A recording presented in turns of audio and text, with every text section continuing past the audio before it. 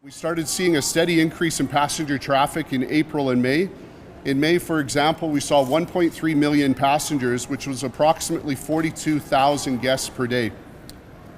We expect those numbers to increase in July and August, upwards of 50,000 passengers per day as we continue our recovery back to pre-pandemic levels in 2019. This summer, I wanted to share with you some exciting new features as well as some returning features. One of the ones that we are particularly proud of is the partnership we have with CATSA for the YYC Express. The YYC Express allows you the opportunity to book your place in the security lineup. We are the only airport in Canada that offers that. There are several airports in the United States that offer that, but effectively you go online, you choose the time when you want to go through security, you reserve your slot, and when you show up at the airport, you present that barcode and you walk straight to the front of your lineup. That can save you, an anecdotal feedback is 30, 40 minutes at times, depending on when you choose to travel through this airport. Two things have changed, I believe. The one thing is, because we're only at 85% of capacity from 2019, so we were able to do this as an industry.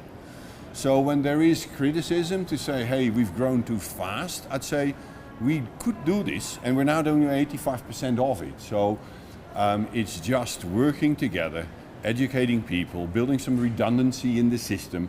We're actually over-recruiting.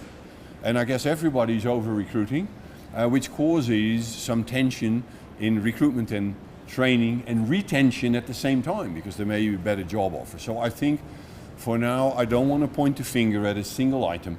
It's just making sure that this ecosystem works as efficient as possible by working together and as guests just having some understanding and some patience. So we're excited to be here, but it is a little bit vulnerable, so please understand. We also have a Breeze Through Security app, which you can go on, and it has tips on going through screening. It allows you, like if you're a family traveling with children, it tells you about our family special needs line. It also has a list, if you have something in your carry-on and you're not sure, you can type it in and it'll let you know carry-on, yes, or check baggage, or if there's carry-on, is there restrictions to that particular item. I think, as mentioned, a lot of people haven't traveled in a while. We do this kind of thing on a common basis, a routine basis, to just allow people to know what you can and cannot bring. If it helps as a refresher, that's great too. We're working closely with all of our stakeholders, and that's why we had CATSA, CBSA, and WestJet here today. You would have heard Diedrich talk about the staffing increases. That's not a small undertaking in this labor market.